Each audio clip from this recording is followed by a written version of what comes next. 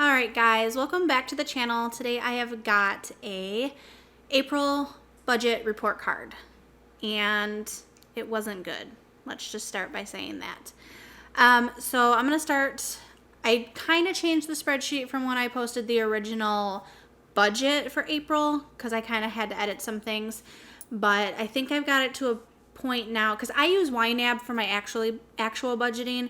And I'm just transferring information from YNAB, which is youneedabudget.com, over to this spreadsheet just because YNAB has a lot of personal information that I don't want to share. This is easier for me and this is what I feel most comfortable with.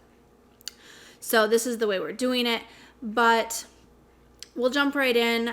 We were over budget quite a bit this month, but we also brought in more income than we thought too.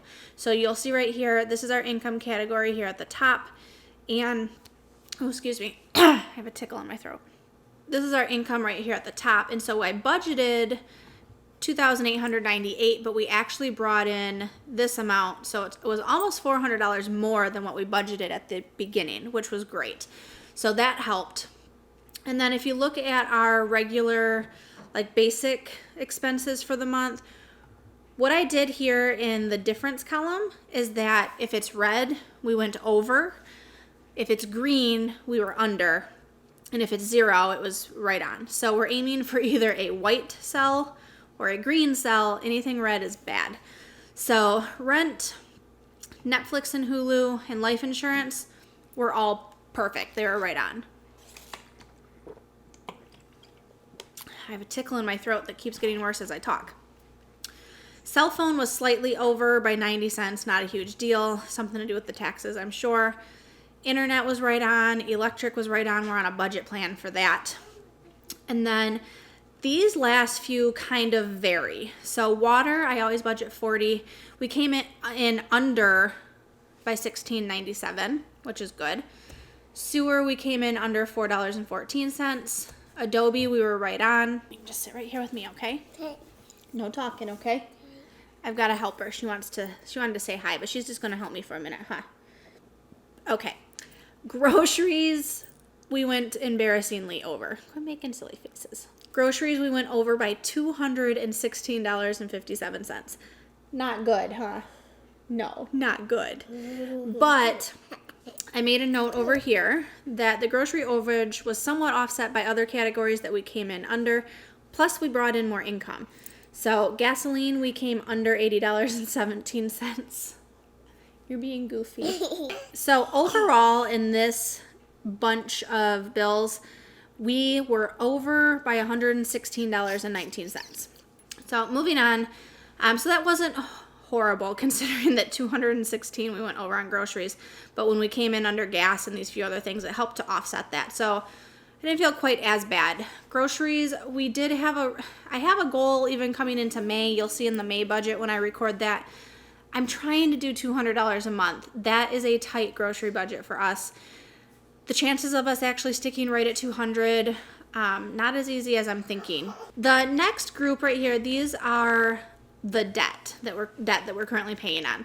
So green means that we paid off more on our debt than we had originally planned, which is good, but that also put us over budget because, anyway, we had money carried over from the month before.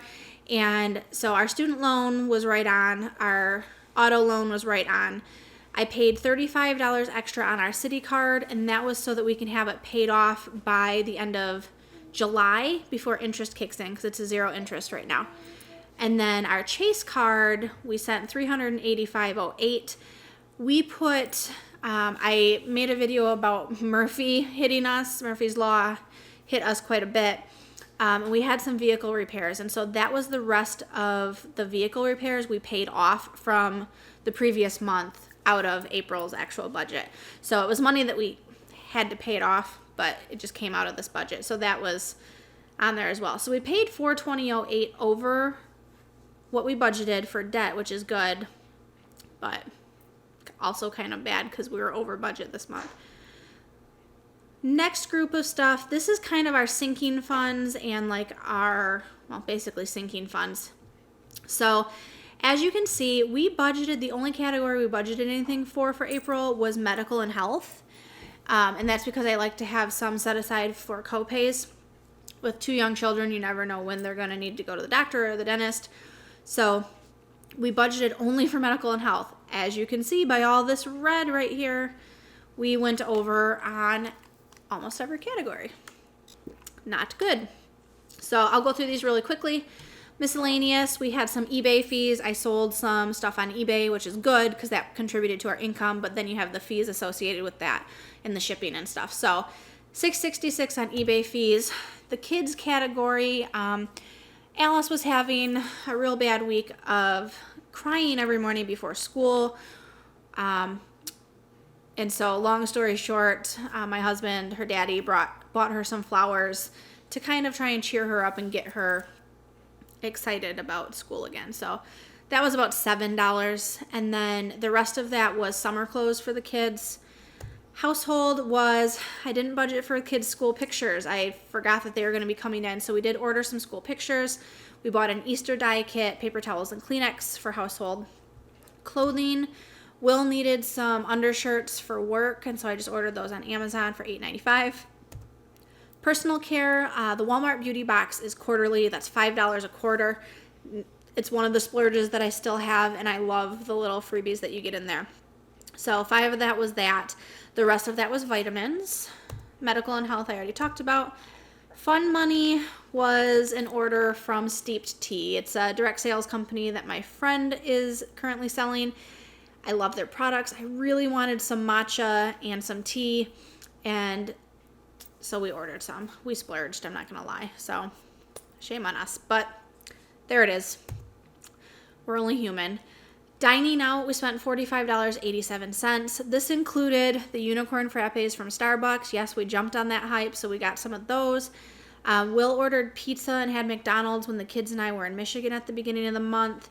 And then we went to Steak and Shake the other night. We had a coupon for buy one, get one on shakes. So we spent like just under $4 there, but that all contributed to the dining out. So overall in our sinking funds, we went over by $202.90. Moving on. This next portion is savings. So this is kind of like sinking funds right here for the top 2, but it goes into a savings account instead of a sinking fund. I just split it up. Personally, that's the way I like to do it. So we are currently saving for the Xbox that is slated to come out at the end of this year. We put $40 aside for that. We save $10 a month towards our Amazon Prime. And you'll see that we didn't budget anything for savings because we didn't think we would have enough money, which technically we did, but we didn't. The reason that we had enough money was because of the carryover from the previous month and then the extra income we had. So we had almost $400 extra income, so that kind of covered the savings. So we did 0 into our joint savings. We don't currently contribute to that. We set aside $200 for our auto savings fund. We have, and I'll talk about this more in my May budget video that'll be posting very soon, but May is my birthday, so we have the vehicle registration and tags on our main vehicle are due in May. And then we are going to have in June, my husband's car tags and registration will be due. And then in July, our 6-month car insurance is due. So we have to try and set aside at least $200 a month over the next 3 months to cover just those basic things, because I know they're coming and I don't want to have to pull from our joint savings account, because even though it doesn't show anything here, we do have a balance in our joint savings. We have an emergency fund plus some. Gift savings, same thing. We set aside $200.13. The 13 cents was actually accrued interest on the account, and I just kind of tacked it on there. So here we saved $450.13 more than what we had budgeted, which is a good thing. But if you take a look down here, you'll see our budgeted April budget left us, like, if you take it to a zero-based budget, we had $25 left over. If you look at what we actually spent, we spent $771.76 over what we budgeted. Throat. Which is not a good thing, but we didn't have to pull money from anywhere. The reason this is so skewed, so April is the first month that I started doing this spreadsheet this way, and when I planned the budget, I didn't have a category for carryover from the previous month. which hurt us. So literally I was only budgeting the income that we thought was coming in for that month. But what I didn't think of, and what YNAB takes into consideration, is the balance carried forward. And so that really skewed this one. I did make changes so that as we move forward, I will have a line item for carried forward balance, and that will help keep it more accurate. So we didn't do very great in April. I'm going to be the first to say there's a lot of red on here as we're scrolling through. I mean, all of these, this was not budgeted for. So I think we can do better moving forward. We'll see how that goes. May brings some new obstacles and things that we need to plan for. But again, I will talk about that in my May budget video. I believe that'll go up tomorrow. So when the day I post this, my May budget video will go up the next day. So that's what I've got for you. I'd love to hear how you did for the month of April. Hopefully you did better than us, but it is what it is. We're only human. We're moving forward and learning from our mistakes. So thank you very much for watching. If you like this video, please give it a big thumbs up. Until next time, I will see you later. Bye.